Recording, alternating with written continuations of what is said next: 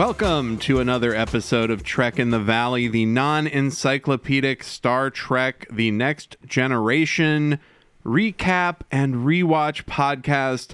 My name is Adam Ordahl Quinnell, and I'm here as always with...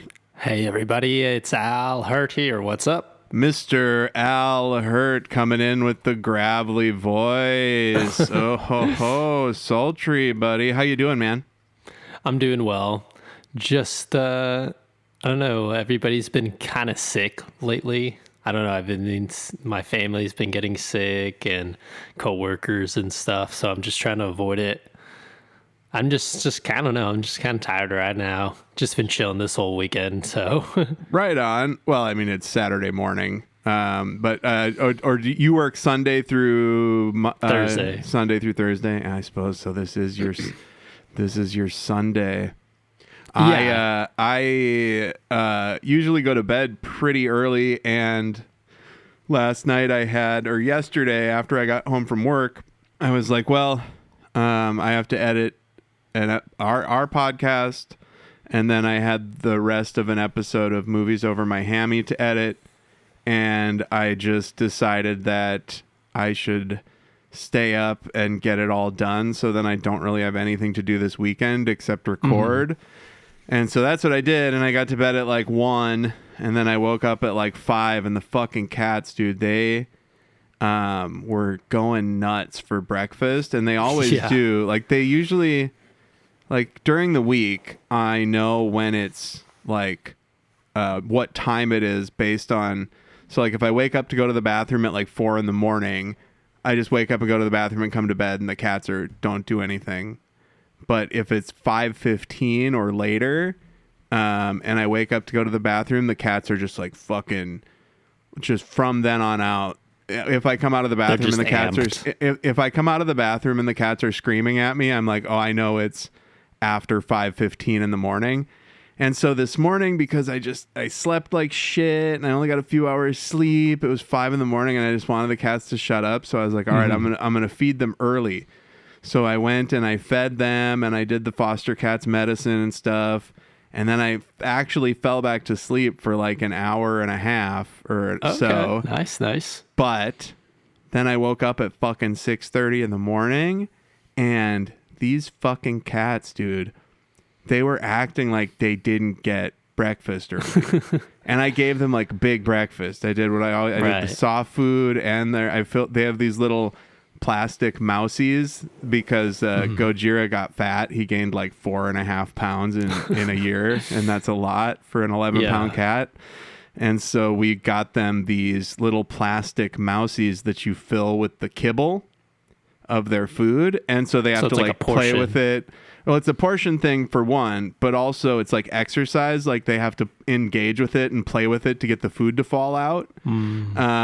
And my buddy Dan, I discovered this product because he used them for his cat, because his cat was fat or not fat, but had gained some weight and needed to be more active.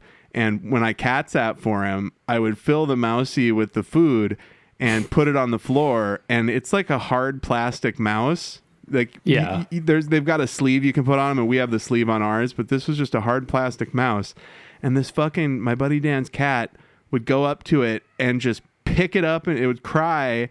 It would pick it up in its mouth and just throw it on the ground to shake the food out of it. And it was just like, Jesus Christ, like just pick it up and fucking smash it on the ground.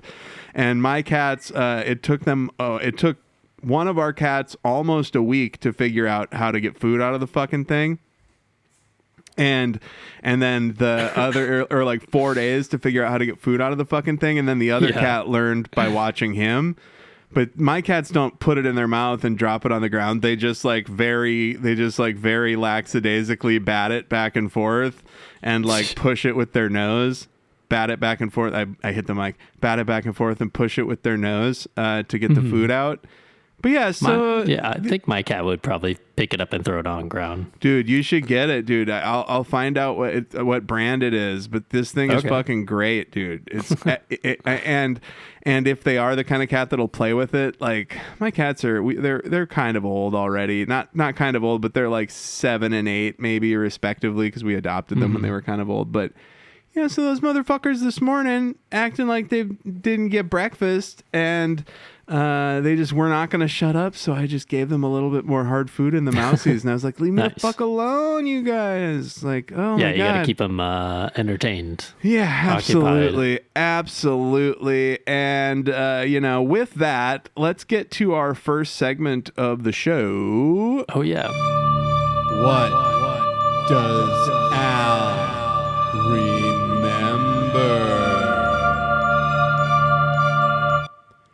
Got a softball for you, Al. Oh, yeah? I got an easy one for you, buddy.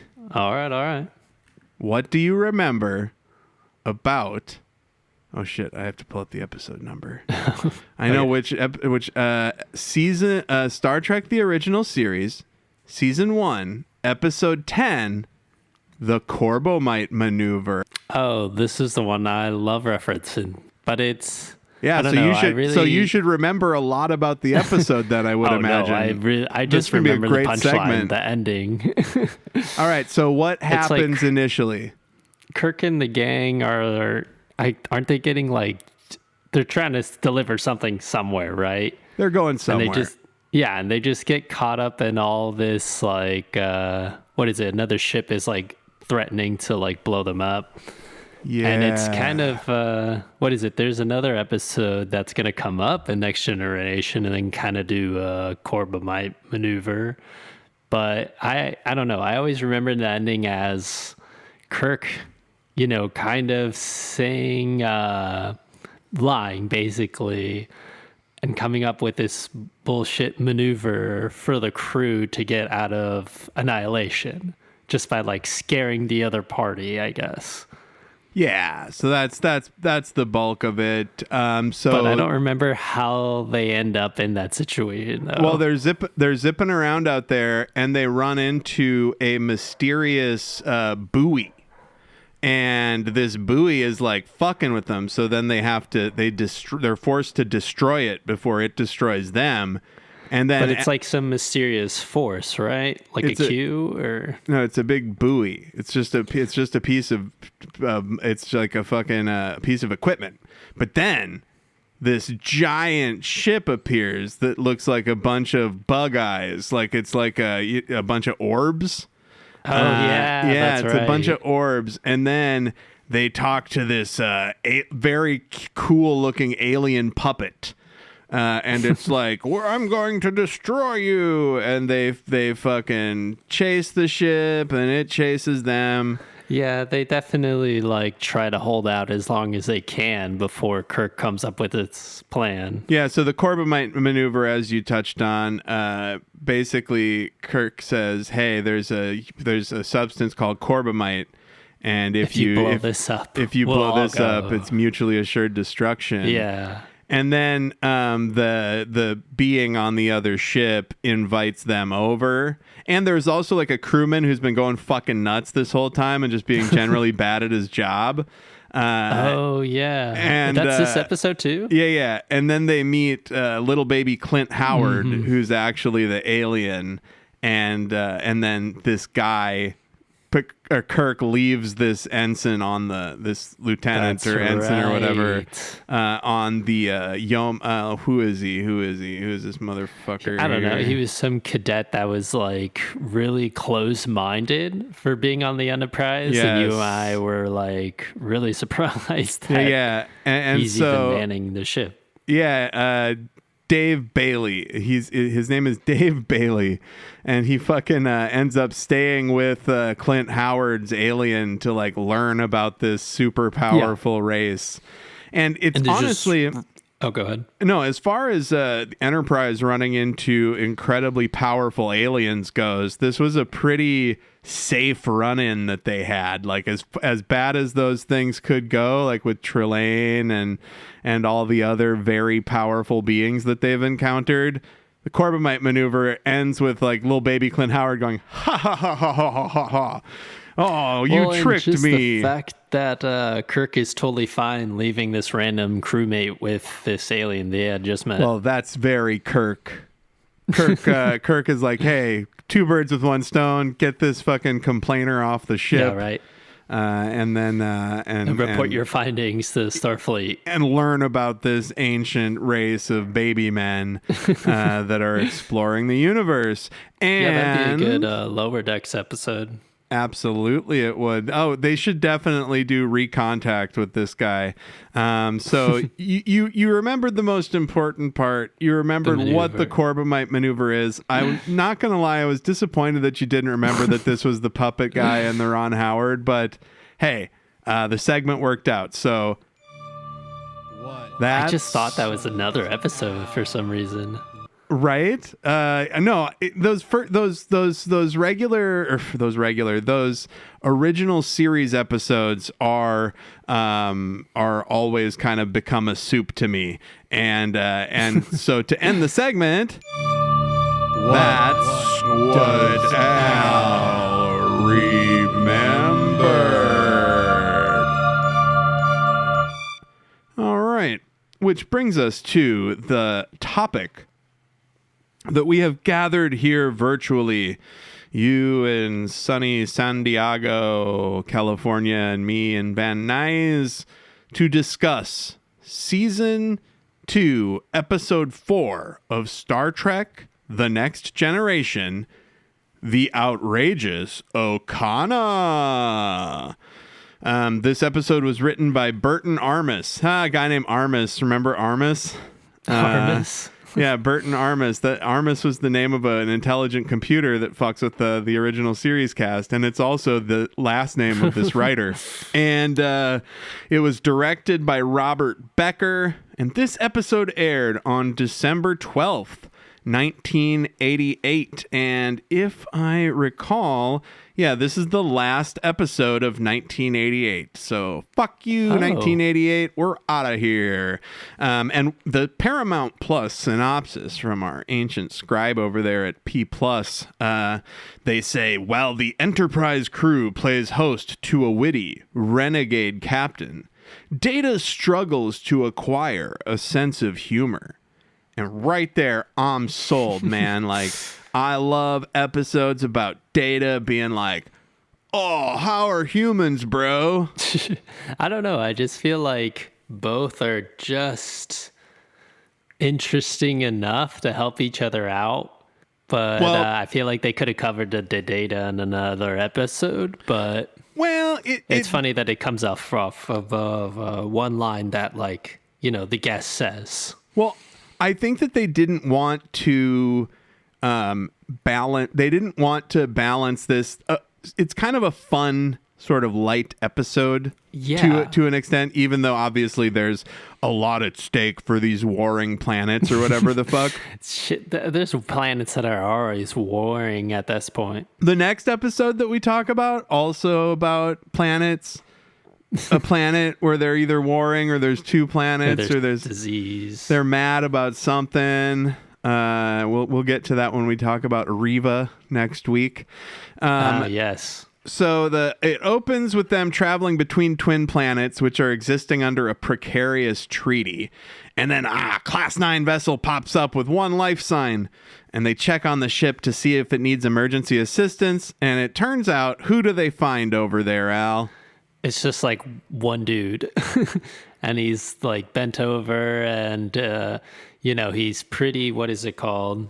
I don't know, rambunctious. I guess it kind of comes off as like Aladdin, Sinbad kind of vibes. He's definitely got, he's Nate Fillion coded. Yeah. You know, he's like the guy, he's like the guy from Firefly, kind of. He reminds me of, you know, I hate to reference a Joss Whedon property because now we know him bad. But they find one life sign, and it's this captain who's really, really funny. He's kind of like speaking back to Kirk too, and like being casual about this serious situation. One thing that this sort of situation. One thing, we're recording this at 9 a.m. gang, so we're very high for this early in the morning. And he's basically a roguish goofball. And I'll tell you what, this guy Captain Okona, he seems pretty outrageous if you ask me. That's the name of the episode, The Outrageous Okona. Yeah. And so one thing I want to mention before we get out of this scene is there's a very good HD remastered sequence of them pulling up next to Okona's freighter that I think it's almost out of place in terms of how long and good the shot is. Like they really linger on this. They really wanted to show it off. And I love that. I love when it's just like, an exterior shot or something just to visually push the moment, and the effects people, and then by extension, the remastering people put in a lot of fucking work making it look dope. And yeah, dude, it's at 1 minute, 12 seconds in, there's just a great shot of Okona's ship, with its afterburners burning, pulling up behind the Enterprise. And they find there's one life sign. And as you mentioned, it's this roguish fellow. Troy actually. Yeah, Deanna, she kind of lays it on thick. It's like, he seems to be a rebellious rogue-like fella. He's a roguelike, like Hades. Okay. He's a roguelike. Yeah, but it's interesting too that like I guess in the original series they kind of covered it before with that one guy who's Harry Mudd. Yeah, but that guy's like a piece of shit merchant, that's like trafficking robots. Yeah, he's got all kinds. He's all kinds of shitty. That's even worse. They run into a number of goofballs. Remember the guy who sold the tribbles? Remember him? Yeah, that's true. But it's more like sketchy merchants rather than like, I always just think of Sinbad or like an Aladdin or like some guy like just getting away with it and like honor mug thieves. In America, there is a long history of scamming merchants.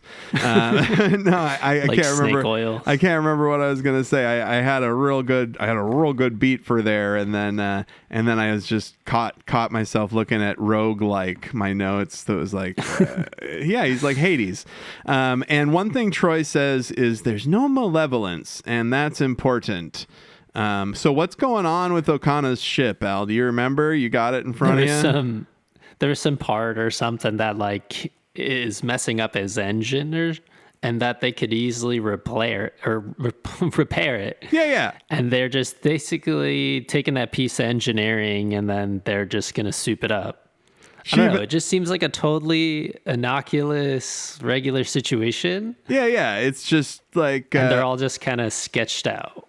So Troy, a couple of quick things. Troy calls him a rogue, and then Data says, a cad, knave, rake, rascal, villain, wild elephant. What? I'm going to use wild elephant in the future to mean roguish. I absolutely love that. Yeah, he's got a burnout in his guidance system. Okona does also mention that he's a bit of a player. He's like, I'm not usually alone. You caught me at a rare time while I'm alone. Yeah, and he's like, is that a woman I hear? Yep. Oh, exactly. Yes. So weird. Here's Troy. Well, he's he's out in space. He's alone, and he seems to be roguish. And so they say one thing that they point out is that dude's ship only has lasers. Like, so we got nothing to fucking worry about. This asshole anyway just got lasers on his ship. And so they say, hey, we're gonna help out. Okona, as you mentioned, very interested in hearing. He's like, remember that SNL sketch / movie, The Ladies Man? And and when a lady would come on the phone line, he'd go, oh, it's a lady. And I just imagine like that's what Okona's like, oh, you got a lady on the bridge there. And so they tractor beam the freighter in Act 1. There's a very attractive transporter operator. Do you recognize this actress, Al? No, barely. She gets famous way later, right? Not way later. Why do I not have the IMDb for this episode? She's famous though. She definitely gets popular. Yes, I think this starts the trend of like just random famous 90s stars that like just pass by, you know? Yeah, dude. And of course, we're talking about the one and only Terry Hatcher. Terry Hatcher. Jesus Christ. She's Lois from Lois and Clark, the Dean Cain Superman show. What a fucking moron I am. And then Okona beams on board with his busted part. Worf asks him for his weapons, and he's like, "It's more. Here's my huge knife. It's more of a piece of jewelry than a weapon." And he dogs Worf too. He's like, "Wow, there's no wars any going on, huh?" Oh, he's definitely racist against Klingons a little bit. Like, you get that he's like, he knows what's up with Klingons. Okona says that he wants to watch them fix this part. And it's kind of this awkward, like, oh no, we'll take care of it. And it's like, but I mean, I'd rather see what you do. So, just in case. Yeah. And it's like, I can use my tools. And it's like, no, but we'll use ours. A roguish fellow like that is always collecting intel, as they say. And then he goes up to Terry Hatcher, a.k.a. Lois Lane, a.k.a. Ensign or Chief B.R. Okay. Chief B.G. Robinson, transporter operator, uncredited. What? She's uncredited and she's got a bunch of lines, and she makes out with this guy later. He says, "Thank you for beaming me here and enabling me to see a truly beautiful woman. You have the majestic carriage and loveliness that could surely be traced back to the noblest families. But it's how I say it." Yeah, so she's like, "You're just fucking with me." And then he's like, "Yeah, I know, but you like it." And she's like, "I do." I think that's so funny when a lady character is like, "Oh, fucking come on, get out of here." And he's like, "You don't want me to get out of here." And she's like, I don't." What? Come on. Yeah, this is some weird writing. Well, it's just like that's what flirting was like, back then. And Data's like, "I'm a robot." Okona's fascinated by that. Geordi is like, "These Zebulonian contacts are all fucked up on your ship." And then basically Geordi fixes his part, and he's like, "Hey man, this part's gonna outlast your ship, dude." This is where they definitely improve it.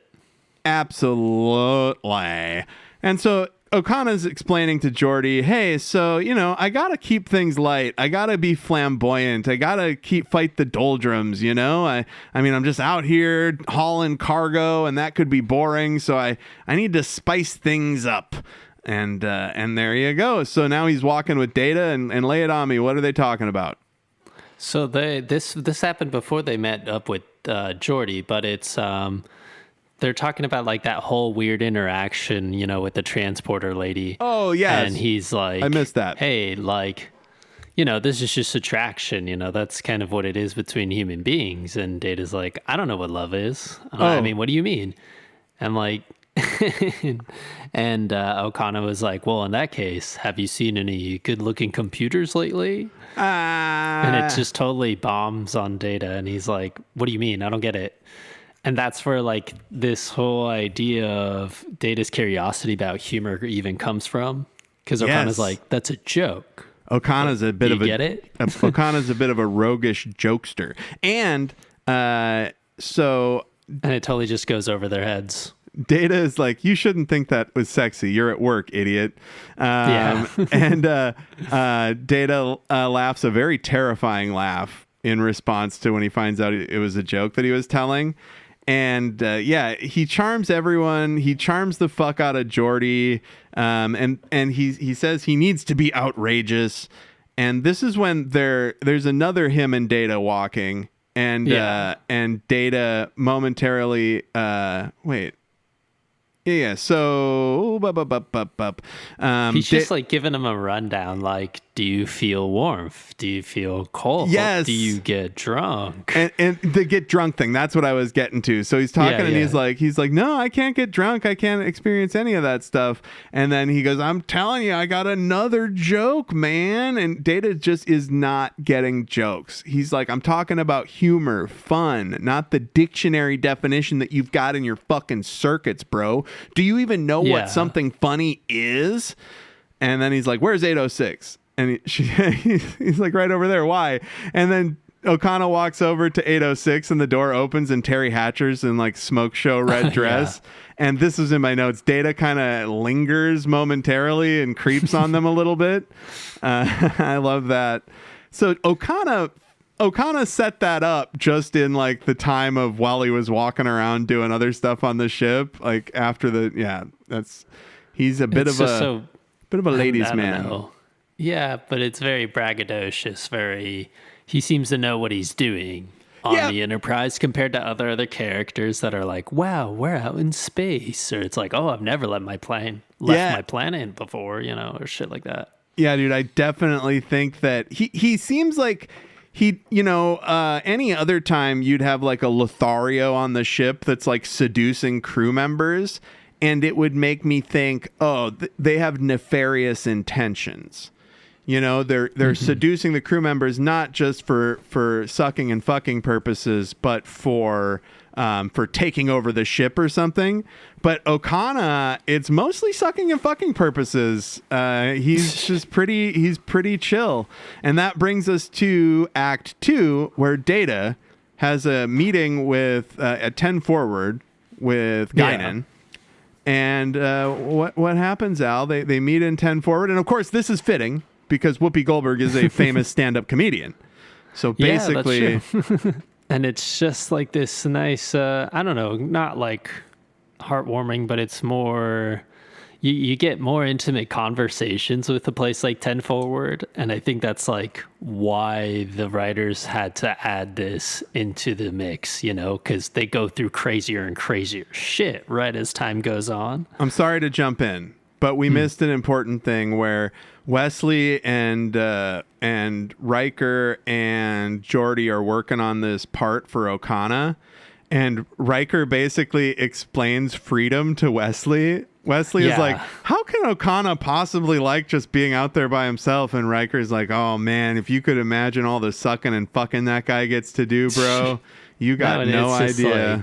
He's free. He does whatever he wants. He doesn't adhere to any rules. There's no structure. He doesn't have to watch aliens hit on his telepathic girlfriend every fucking week. Every week. Oh my God, this Riva guy next week, I tell you.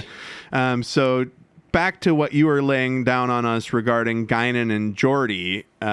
What do they... Data? Guinan and Data, yeah. Well, it's just them going over, what humor is.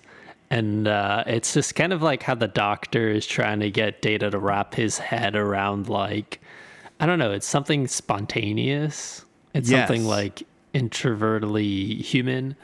And she's trying to explain this joke because she's like, well, this is kind of tough because, like, you're a droid and I'm annoyed. Yes. And she goes, and Data goes, what do you mean? Like, what are you talking about? Am I disturbing you? Am I bugging you?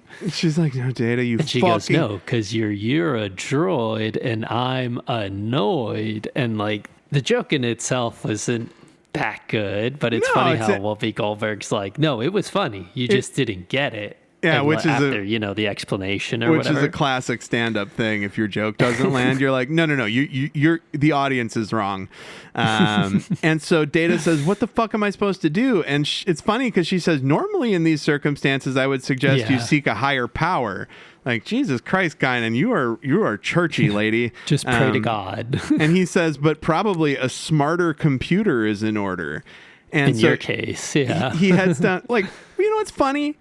Didn't we just have a problem with him being outsmarted by the fucking computer last week on Elementary, exactly. Dear That's Data? That's probably why he went straight to the holodeck. Well, that's why she said, she suggested, she was like, well, the fucking holodeck outsmarted you last week, you fucking dumbass robot.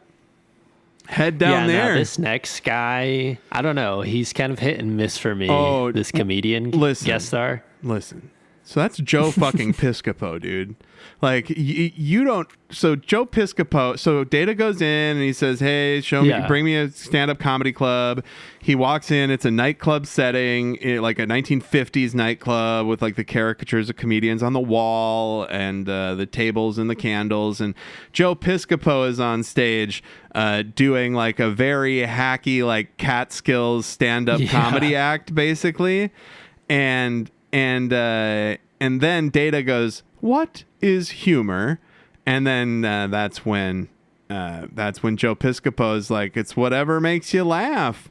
And I like how the computer offers him all kinds. The computer offers him a 23rd century math comedian. He's like, "Computer, I need a comedian." And the computer is like, "Do you want Henny Youngman, this other guy, Joe Piscopo, or would you like Gleep Glorp Xanthorpe, the math comedian of the 23rd century?" And he's like, "Oh, I'll take the middle one, Cringy Magoo." And Joe Piscopo was a cast member on Saturday Night Live, Al, in the 80s. And there was a season of Saturday Night Live or maybe it was 2 seasons, where Lorne Michaels was not the executive producer. He stepped away from the show and somebody else was running it. Yeah, you'd think that'd be good because he sucks, but it actually is some of the worst Saturday Night Lives ever. Jeez. And Joe Piscopo was in there front and center as one of the cast members who was around for that time. He basically tells Data whatever makes you laugh is funny, but then he proceeds to not be able to get Data to laugh. Yeah. He refers to Data as a tough room, which I think is kind of funny because it definitely would be like it to make a computer laugh. Did you notice in this scene that it looks like there's something wrong with fucking Brent Spiner's eye? Data's like, he's got just a blood red eye. And, you think about those contacts that he had to wear. I've noticed this before in other episodes and other scenes. But yeah, his left eye, right? Yes. And I think the HD remaster brings it out and makes it extra prominent. Well, it starts to water and then get irritated. And then it's there's some shots when it's clean, some shots when it's not. Yeah, so dude. You can tell the retakes where they are, sort of. I mean, if you really focus on his eyes. Yeah, and Joe Piscopo's character is tells him he's a tough room. Best. He tells him you're because pal, you're a tough room, and Data goes, "Oh, a colloquialism meaning a tight or narrow-minded, a severe, rigid, closed-minded audience. I understand. I will attempt to be an easy room." And then he's like, "Well, don't make it too easy." So at this point, the Jerry Lewis thing was ridiculous. Oh, dude. Yeah, he does so many dumb impressions and stuff. I fucking love Joe Piscopo, and he does such a great job.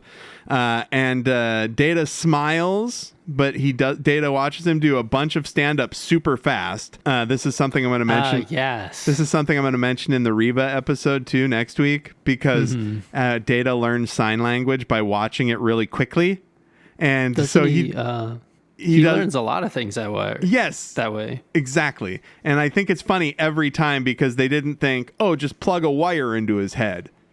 He's got to actually, but the whole benefit of him being a computer isn't that he could see things really quickly. It's that you could bypass his eyes altogether if you wanted to and just put the data right in his fucking brain. So he watches the guy do stand-up really fast. He doesn't laugh, but he does smile as though, hey, Data's like, I'm kind of getting it. And then it cuts to him telling jokes like a Catskills comedian with a cigar to Guinan and 10 forward. His delivery is straight. That's the issue, or the timing. Yeah, she tells him the joke doesn't work. He spoiled the joke because his timing's all fucked up. She said it could have been your timing, and he says, my timing is digital, and she laughs. And then Data's like, what the fuck? I didn't tell a joke. Why did you laugh? And she's like, oh, Data, you're just a stupid fucking computer. You're not getting it. But you will by the end of the episode, I bet. And then Data gets called to the bridge.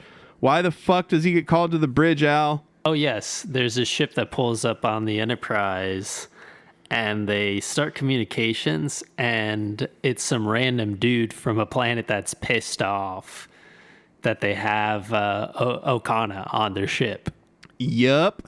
So they run and they want to give him up immediately. Yeah, they run into an interplanetary vessel with 26 motherfuckers on it. And when we see some sort of HD remastered effect of the ship, And then they say they're locking lasers on us, and Picard makes a joke about surrendering.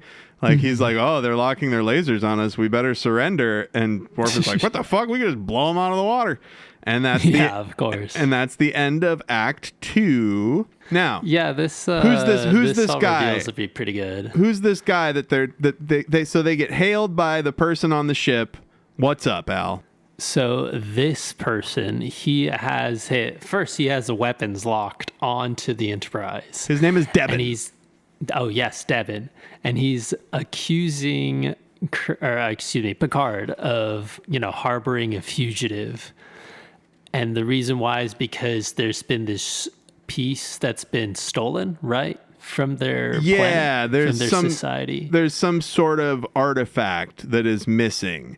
And they're from the planet Actually, Altok. they don't even say what he did. What it is. They just say that Okona's guilty. They want him. He's guilty of crimes on my planet. Give him to me. And Troy says, no, this motherfucker seems legit. And Picard turns around to Deanna Troi, and she's like, yeah, his anger is genuine. Oh, yeah, he thinks that Okona... He really needs this. He thinks that Okona is definitely guilty of whatever the fuck he thinks Okona is definitely guilty of. Now... Of course, a second ship then pops up from the other planet, because they're in a 2-planet system where the planets are warring. Well, and Riker thought it was from the same planet, but it's another planet called Straleb. Yes. So there's Altek, where Devin is from Altek, and the other planet is Straleb. And the Straleb people pull up and they go, hey, we've been listening to your fucking communications. Devin, we know what you're up to. Come on. We want Okona. And they can't find Okona. Basically, he's like Bill Murray. He's running around partying everywhere. And then Worf. Yeah. Oh, yeah. So they can't find Okona on the ship. Worf goes on the hunt for him, and he finds him making out with a redhead that is not Terry Hatcher. Yeah, in a completely different room. This guy gets around. Worf perceives a threat from Okona, and then he says, does Okona say some other time we'll tussle in bed? To the lady or to Worf? I just have that in my notes. I feel like it's to Worf. Honestly, I don't know. They kind of size each other up. It's an awkward scene. Yeah, I get it. That's right. So Worf sizes him up and says, maybe I would fight you, but that's not my job right now. And then Okona says, maybe some other time. And the reason that I put in bed was because I saw that as a very sexually charged scene between Okona and Worf. I was really like, is. oh my God, are they going to kiss? And I'm here for it, quite frankly. I love Oh, go ahead. I love the idea because the other character that this Okona fellow reminds me of, who might in some way be kind of based on Okona a little bit, is John Barrowman's character on Doctor Who. Jack, I can't remember his fucking name, but he's great. And he's like a pansexual fucking space and time traveler guy. And I just really like the idea of this dude being, pansexual. Like, he's just got done making out with this redhead, but then he's like, God, Worf pushing me around. It's really getting me fucking going, dude. Is it the way the Klingons, like, make love and stuff is, like, beating the shit out of each other, too? So that would get almost biting each other? Yeah, that would get all confusing. And then basically Picard explains to Okona what's going on. We got delegations from Altek and Straleb.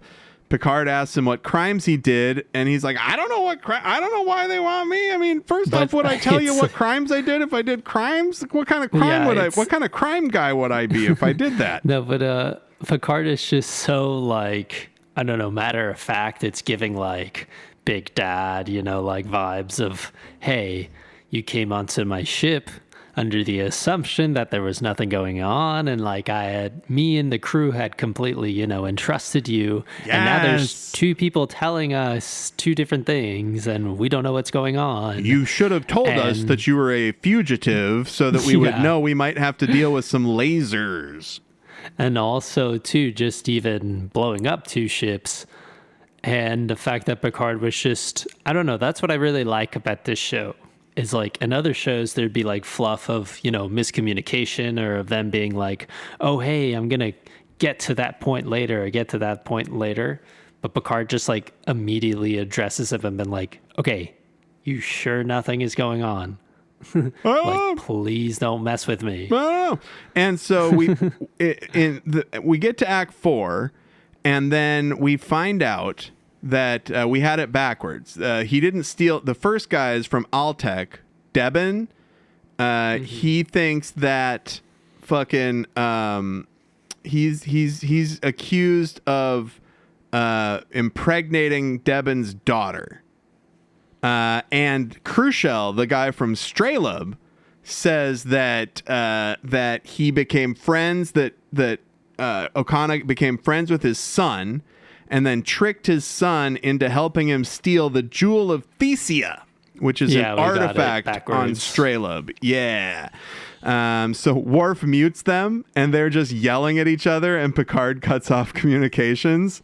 And basically Okona says, hey, you give me to either side, and the other side is going to go to war. He says he didn't do the shit. He's not a criminal. He's just some guy that's down to fuck.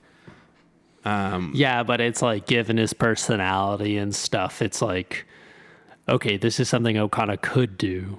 Yeah, you could believe. He seems pretty roguish. He sleeps around, and he would probably steal something. It is a very rogue-like thing for him to do, for sure. And then Okona's like, I'll take care of this myself. Just fix my ship. Let me go. I'll deal with the dipshits. He explains the rogue's life to Wesley. And then Wesley, because Wesley's so curious, right? Well, and then also it's funny because Wesley ends up leaving all the time, and he becomes the traveler. So this guy is basically like, I'm a drifter, Wesley. And then whoops, it's awesome. Okona seems to have the jewel. And then Okona has an idea about using his new friends on the Enterprise to help him out of this jam. Oh. So what's he going to do, Al?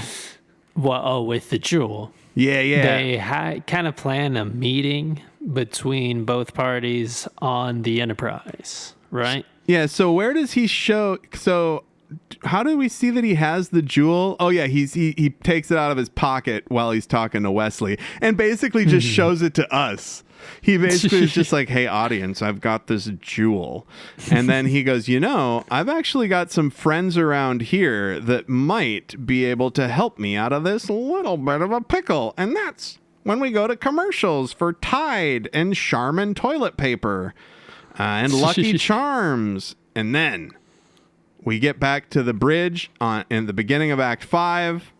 And I'm going to throw it back to you, Al. What does Okona tell Picard?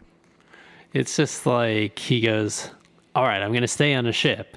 And they're like, wait, what? And he's like, no, actually, I'm going to leave because I'm not staying. He's going to surrender like, okay, himself. What's going on? And he's like, I'll surrender myself. Picard's like, to who? And he goes, there's only one option. He's like, okay, viewer on. Yeah, he doesn't see. Yeah, I love that. I love when Picard is in the dark about something because he fucking hates that shit, bro. You can see it on his face. Picard is a little bit of a control freak. Yeah, and Riker from the get-go, too, good on him. And he's like, no weapons. Let's just be civilized about this. Yeah, everybody just beam onto the Enterprise and we'll talk it out. And we'll hash this fucking shit out. And then... we get more of Terry Hatcher as the transporter operator. The chief transporter operator. Right? Apparently. And obviously everybody that comes out of the transporter is fucking mad, right? And that's when we see that these the Stralebians and the Altesians, their kids are about the same age. This pregnant lady, the pregnant daughter that Okona is accused of having busted inside of, for lack of a better, more delicate term.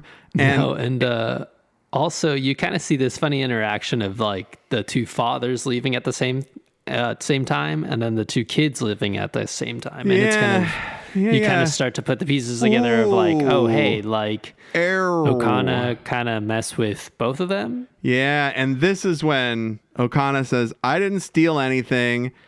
This fucking kid, Straleb's kid, stole it, and he took it to give to Yanar as a pledge of marriage, and that baby's his kid.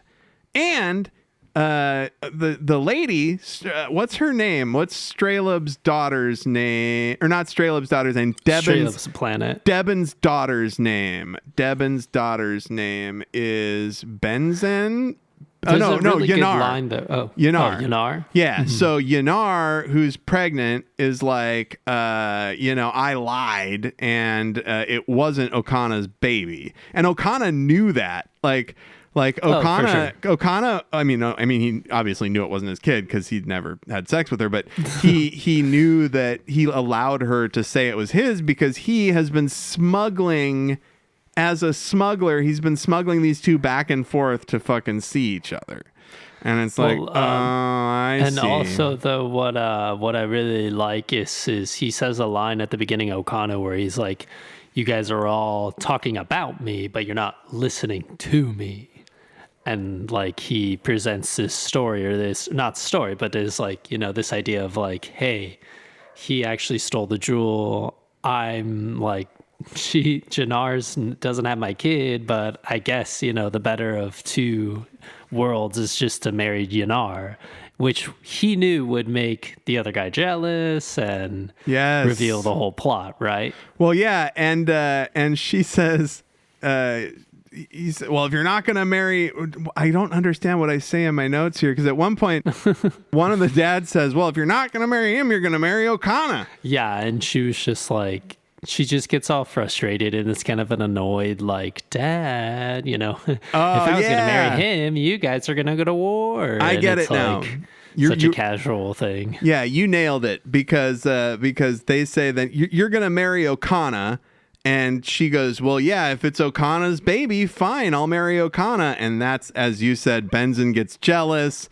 And this is when we find out that Okona has been sneaking them. Spoils it all. Yeah. He's like, but that's my kid. He's been sneaking them around to suck and fuck for months now. His dad actually smiles when she says yes. And now these guys with their primitive laser ships start to argue over where their kids are going to live and shit. Yeah, they're like, no, the wedding should be here. Or no, it should be here. Imagine how stupid their societies are that they've been like fucking fighting over this stuff for weeks now or whatever. And it's just almost like went to war for almost went to war. And then once the kids are like, hey, no, we're in love and we're going to get married. They're like, well, we're going to begrudgingly be best friend in-laws now. And also, where are their mothers? It's a very, again, Gene Roddenberry-esque ending. It is a classic where, like, Trek they build ending. it all up for it to be solved in like a minute or two, but it's, I don't know, it is light, but I like how the Enterprise is kind of not a background, sort of background character to like this funny, silly, like, this random rogue or this random dude with freedom just going on his way. I don't know. It's very akin to like what you say about like shows, people out in the ocean and, a big ass ship and a crew finding, a small boat with one guy who's just some random guy. And then it throws rogue. Everything into turmoil. It's definitely a trope. Right. It's a great trope. The finding somebody and then that somebody's got some baggage that's going to affect your whole crew. But yeah, exactly. We still have a hanging thread here, Al. I almost called you Data. We still have a hanging thread here, Al, because Data doesn't understand comedy yet. It snaps back to the holodeck with Whoopi Goldberg. And Data is performing for a holographic audience. He thinks he's killing it first, but then he realizes that the audience is just busting a gut no matter what he says. And he and that's realizes hollow. it when he like puts a thumb up, and like the entire audience just cracks up. And then he just starts making random movements, and they just love it. He just realizes Data. it's a trigger. Oh, you're the funniest fucking robot we've ever seen in our lives. Oh my God, Data, you're the best. And I love how they brought Data up, and he kind of starts. I love the progress. Like Brent Spiner plays this scene so well because Data comes up. He's kind of nervous as Data can look. And then he tells a couple jokes and sort of gets into it, which is what happens in comedy, you know, like after you've done a few jokes for your first time, you start to feel comfortable. But then he's like, they're laughing too hard. And ultimately, Data just says, hey, fucking turn the audience off. He turns the comedian off. And then him and Guinan have a very good heart-to-heart about how laughing and shit isn't all there is to being human. She's like, don't beat yourself up. Yeah, there's like more things to being human rather than just and only humor. You know, I think like Data, I think it was a bit of both. You know, like Data thinking, oh hey, this is ingenuine, and on one side I'm not really improving my comedy, but then on the other hand, like if people are just laughing all the time, like, is that really the best human interaction to have all the time? It's very fake. Like he kind of seemed like, oh, this is kind of a pain in the ass. One thing that Guinan says one thing that Data says to Guinan that makes a lot of sense is she says, hey, there's a lot more to being human than humor. And Data says, yeah, but there's nothing more uniquely human. And then we cut to the bridge. And Wesley says they're leaving the planet, and Wesley says, say goodbye, Data, and Data says, goodbye, Data, and everyone laughs. Yeah. And then it's like, does he say and then he says, take my wharf, please. And he does a bunch of like jokes, like he gets back into it. And yeah, he keeps trying. What a great Data episode, you know, like the fact that the Data subplot's actually a little better than the A plot. Well, why don't they intersect more? Like, why didn't they connect these two plots more? Data should have had to perform for the dignitaries. Okona. Or Data had the dignitaries. Or Okona is the one telling Data about humor, you know? Like, he kind of did at the beginning, and that's what sort of sent him down the rabbit hole of talking to Guinan. A couple things I don't want to forget is, you know, I just love the Data sense of humor stuff. We get Terry Hatcher and... Terry Hatcher and Joe Piscopo, big fucking guest stars. In hindsight, Piscopo was pretty big at the time. Terry Hatcher was on her way up. Wesley ends up leaving all the time. He's the traveler. I think that's funny that he's like, I don't understand going out and doing stuff. It was just to like rub that message in of like, he's not leaving. He really likes the Enterprise. And like, he's just not going to go. And Okana's the opposite. You know what, Riker? You're right. I do love order and commands and this and that. And I was like, okay. I like the A story in this because I like, like characters like that, like Indiana Jones and fucking, the rogues of the day. I thought that Okona could be the star of his own syndicated show, like about him being out in the Star Trek universe doing stuff. Like he's that like kind of magnetic and good. And I thought, who the fuck is this Okona guy? He looks so familiar. And yeah, I feel like he's been everywhere, but I just can't. He is the why is he not listed fucking higher up? Captain Okona, do they call him? So he's the guy who Billy Campbell. He plays the Rocketeer. He's the Rocketeer in Disney's The Rocketeer. Did you ever see The Rocketeer? No. Oh, dude, you got to see it. It's like a great comic book movie, like before comic book movies were even a thing. Right. Like it came out after Batman Returns, I want to say. It's fucking great. And that's where I recognized him from. So good episode. I thought it was, I'll give you my rating in a minute. What did you think? I thought this was a pretty solid episode. I just thought, honestly, like both stories were just both missing enough that they kind of supported each other, Yeah. Because like the Data finding humor one wasn't quite big enough to fill a whole episode. But like you said, they could have been more entertaining had they like interwoven these plots together, Yeah, more than just Okona kicking Data down the road. Mm-hmm. And I don't know. I guess I just feel like it's a lot. There's a lot of different ways you can go with the Data finding humor kind of plot.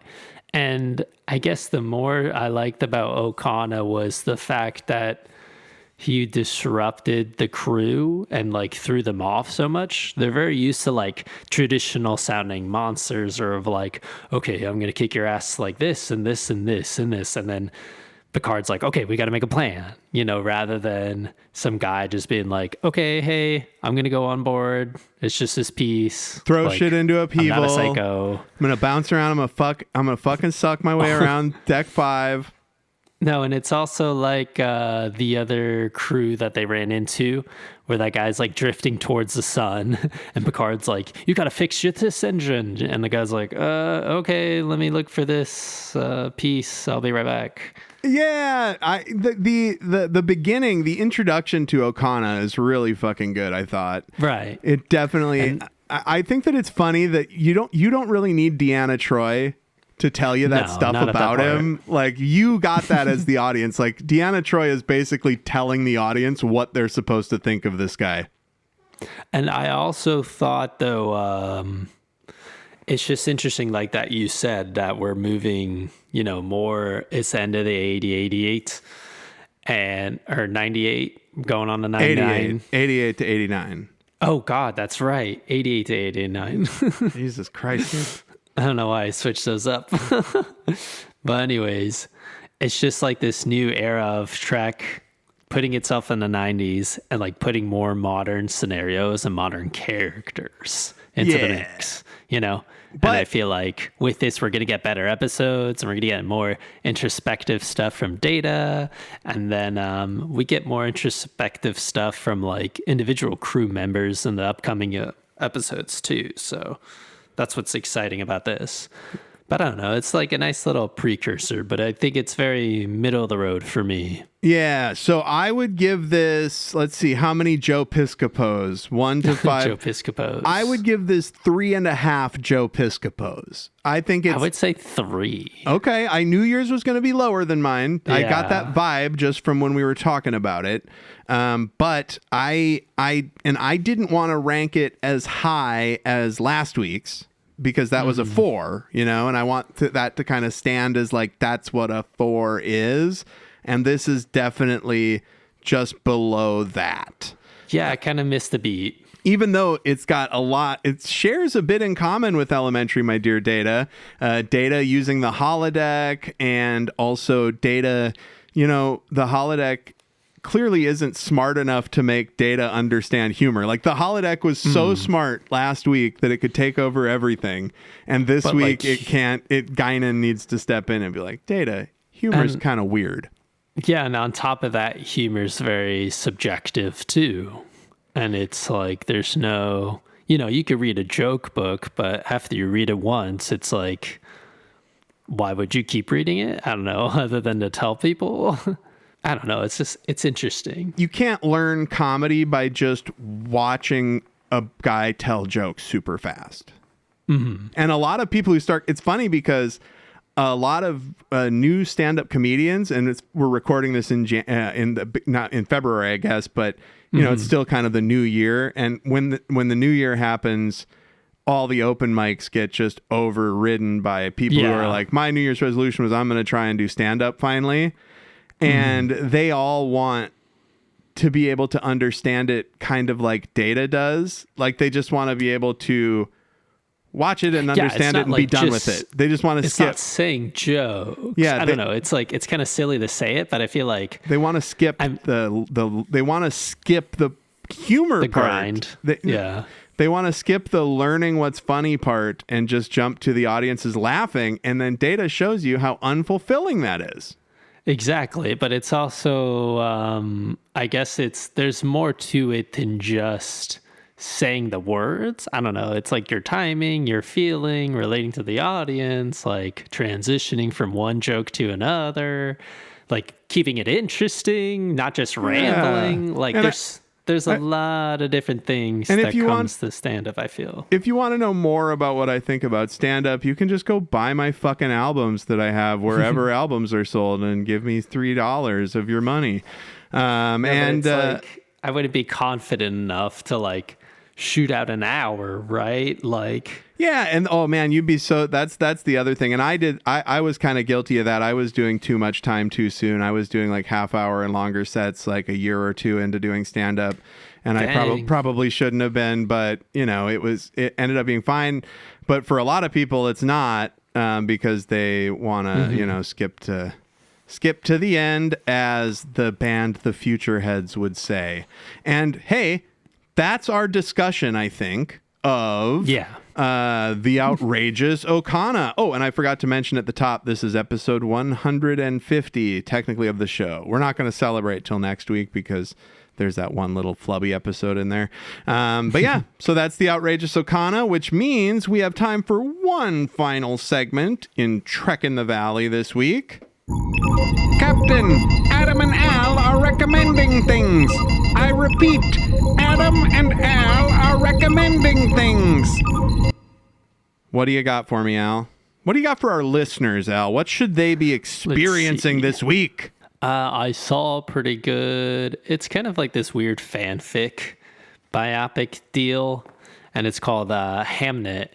Oh, Hamnet. Yeah. Yeah, it was, I don't know. It was kind of like, if there was like a Lifetime logo on the corner, I wouldn't be really surprised, you know? That's funny. It felt emotional and good, but then at the same time, it was like extremely stretched out. But then, like, some relationships weren't developed soon enough. Well, it's Chloe Zhao. But, yeah. Like, that shit is fucking... So that shit is definitely going to be intense. I didn't see it yet. Right. But it's also, like, the shots are really long and drawn out. And, like, you feel a lot of... She got the best from her cast. I think, like, all the actors and actresses in that movie did really well. But I felt like it was, like, Bugonia, where it was, like... a long build, but then the ending is like spectacular. You know, you understand the message, you understand the whole gist. It does a good job putting all the threads together at the end for the bow. Sort of. And it's like I kind of want to watch it again, but then, and it's interesting too because she uses a very specific song at the end that like really tugs at the heartstrings. Oh yeah. But it's a nice, really summation of... Is it Kermit the Frog singing Rainbow Connection? No. It's, what's it called? Oh, don't it's that spoil. song that they used in Arrival. Oh, okay. Yeah. Whenever the guy had like done music for the movie, so he was like, yeah, sure, use it. It's mine. Whatever. Oh. Well, whenever I saw the billboards for Hamnet, I go, oh, they must have misspelled Hamlet. I talked about that on the other podcast too, and then Andrew explained to me that Hamnet is actually also Hamlet, the name. Yeah, it's just they got a sick kid, isn't it? About like Shakespeare and his wife's sick kid or some shit. Yeah, but then it's like it turns a little Green Mile-ish, where there's like some supernatural stuff. What? There's magic in Hamnet? Yeah, it's kind of bizarre. Wow. It's not I guess it's magic, yeah, but it's like wow. more it comes back to like a whole metaphor of like grief and processing grief. Shakespeare shoots lightning out of his fingers and he's like unlimited nothing like power. That. From Star Wars. But the whole cast does really well. I just think the timing and the pacing is just like compared to like one battle after another, which is just action and stuff, but that's like 2.5 hours. Yeah. And that felt like that felt like it went by faster than this movie. But you're still you liked Hamnet. Like you think people should see it. I'd recommend it. I might check it out. It's entertaining. It's good. It's just it takes a while. That's all. Slow burn. I was just going to jump in and say slow burn. That was funny. I am going to recommend the Showtime program Yellow Jackets. I randomly got into it a couple weeks ago. I'd been hearing about it for years and I finally started it. And then I just binged like a season per weekend for 3 weeks. I haven't finished season 3.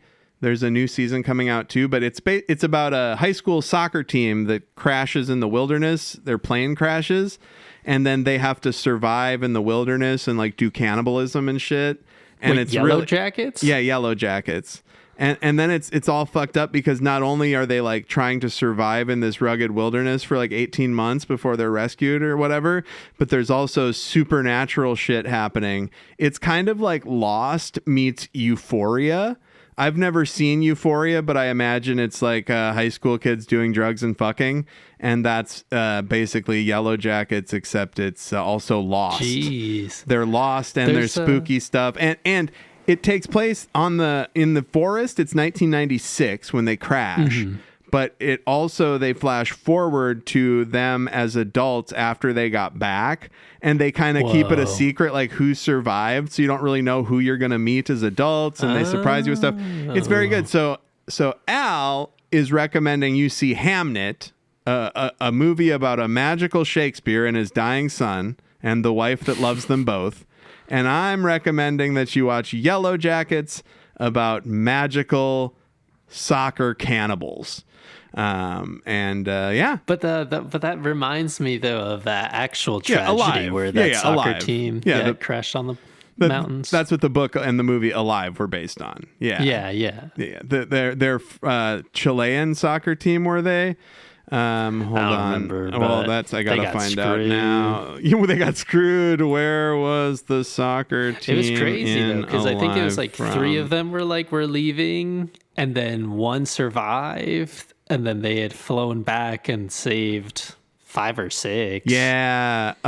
The story of the Andes survivors.